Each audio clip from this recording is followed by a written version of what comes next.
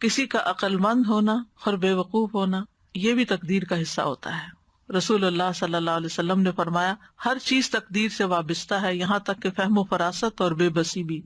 پھر موت کا وقت اور جگہ، نبی صلی اللہ علیہ وسلم نے فرمایا جب تم میں سے کسی کی موت کسی زمین پر مقرر ہوتی ہے تو اسے وہاں جانے کی حاجت پڑ جاتی ہے، جب وہ اپنے اینڈ مقام پہ پہنچتا ہے تو اللہ تعالیٰ اس کی روح قبض کر لیتا ہے، اس سے آگے نہیں جا سکتا۔ کتنے لوگ پلین میں فوت ہو جاتے ہیں، اچھے بھلے صحت مند سوار ہوتے ہیں لیکن اتر نہیں سکتے، ان کی موت وہاں لکھی ہوتی ہے۔ اور قیامت کے دن وہ زمین کہے گی اے مالک یہ تیری امانت حاضر ہے۔ پھر اسی طرح یہ ہے کہ احتیاط کرنا توکل کے منافی نہیں۔ اس کا یہ مطلب نہیں تقدیر میں جو ہوگا نہیں ہمیں کوشش نہیں کرنی چاہیے، کوشش بھی کرنی چاہیے اور احتیاط بھی کرنی چاہیے۔ مترف کہتے ہیں کسی کو ایسا نہیں کرنا چاہیے کہ وہ اونچے پہاڑ پر چڑھ کے خود کو نیچے گرائے اور کہے میری تقدیر میں یہ لکھا تھا، کہ بہت سے لوگ خودکشی کو کہتے ہیں جب تقدیر میں خودکشی لکھی تھی تو اس نے کر لی، اب اس پہ کیا الزام۔ تو یہ نہیں ہے، اللہ نے انسان کو جو اختیار بھی دیا ہے، تقدیر کا مطلب تو اندازہ کرنا، اللہ کو پہلے سے ہی پتا تھا، اللہ کا اندازہ تھا اور درست اندازہ تھا کہ یہ شخص اس کو یہ اور یہ مشکل آئے گی اور یہ اس کا حل ہے وہ خودکشی میں ڈھونڈے گا، یہ اللہ کو پہلے سے پتا تھا۔ تو اللہ تعالیٰ کو بلیم نہیں کیا جا سکتا کہ اللہ نے اس کے اوپر زبردستی لکھ دیا کہ نہیں تم ضرور خودکشی کرو، یہ اللہ کا علم ہے۔ تقدیر کیا ہے؟ اللہ کا علم ہے کہ اللہ کو پہلے سے ہی پتا ہے کہ لوگ کس کس طرح بہیو کریں گے، جو چیزیں ان کو دی گئی ہیں، جو وسائل ان کو دیے گئے ہیں، جو زندگی ان کو دی گئی ہے، وہ اس کے ساتھ کیا کریں گے۔ تو انسان کو احتیاط کرنی چاہیے، کوشش کرنی چاہیے، بچاؤ اختیار کرنا چاہیے، دعا کرنی چاہیے، لیکن اگر کوئی تکلیف آ جائے تو یہی سوچنا چاہیے کہ یہ میری قسمت میں تھی، مجھے ملنی ہی تھی۔ اور مومن کا رویہ کیا ہوتا ہے جب کوئی تکلیف آ جاتی ہے تو وہ سوچتا ہے کہ اللہ کا اذن تھا، اس میں کوئی حکمت ہے، اور وہ اس بات کو نہیں بھولتا کہ قل لن یصیبنا الا ما کتب اللہ لنا هو مولانا وعلی اللہ فلیتوکل المؤمنون۔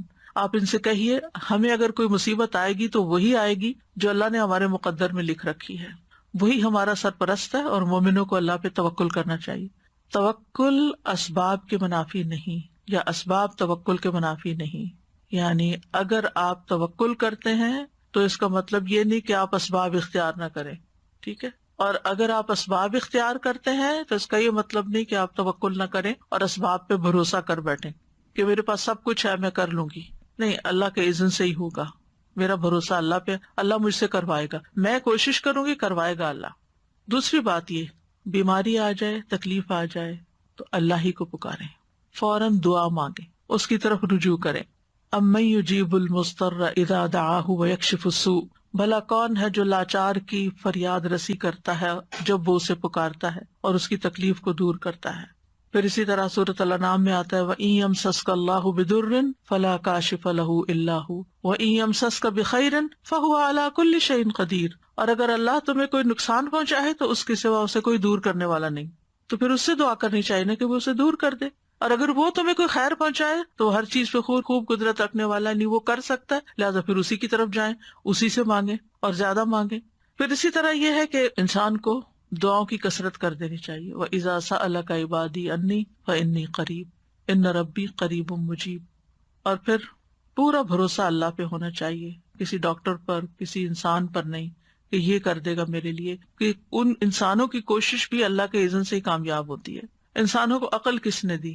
جس عقل کے ساتھ وہ دوائیں استعمال کرتے، وہ جو دوا بنی ہے وہ کس نے پیدا کیا؟ وہ سارا سبسٹینس جو تھا، سب کچھ اللہ کی طرف سے ہے۔ تو اللہ ہی کو کافی سمجھے، اور پھر اللہ ہی طبیب ہے۔ پھر یہ کہ حالات بہتر ہونے کے لیے انتظار کریں صبر کے ساتھ۔